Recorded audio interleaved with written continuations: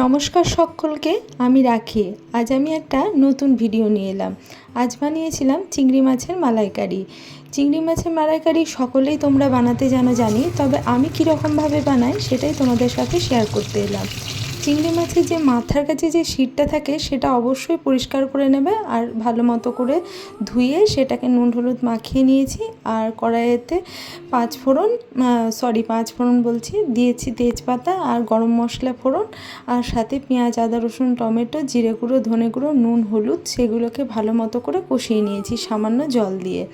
আর এখানে নারকেলের দুধ লাগছে, সেই নারকেলের দুধটা প্যাকেটের আমি কিনে নিয়ে এসেছিলাম, আর সেটাকে গরম জল দিয়ে ভালো মতো করে গুলিয়ে নিয়েছি। যাদের বাড়িতে নারকেল থাকে না তারা এই রকম নারকেলের দুধটা ইউজ করতে পারো।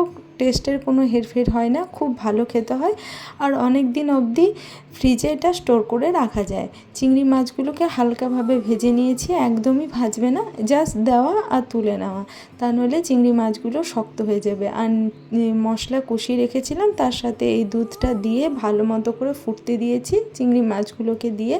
আর এর মধ্যে পুরো যখন জলটা টেনে নেবে তখন এর মধ্যে পুরো ফ্লেভারটা ঢুকে যাবে, চিংড়ি মাছের ফ্লেভারও চলে আসবে, আর সেন্টে গোটা বাড়ি মহমহ করতে থাকবে, আর চিংড়ি মাছটা পুরো রেডি হয়ে যাবে। চিংড়ি মাছটা হতে কিন্তু একদমই বেশি সময় লাগে না, খুব চটজলদি হয়ে যায়, আর খুব সুস্বাদু একটা পদ। তবে এর একটাই সমস্যা, যাদের অ্যালার্জির সমস্যা আছে তাদের এটা খেলে মনে হয় আরও বেশি অ্যালার্জির প্রবণতাটা বেড়ে যায়।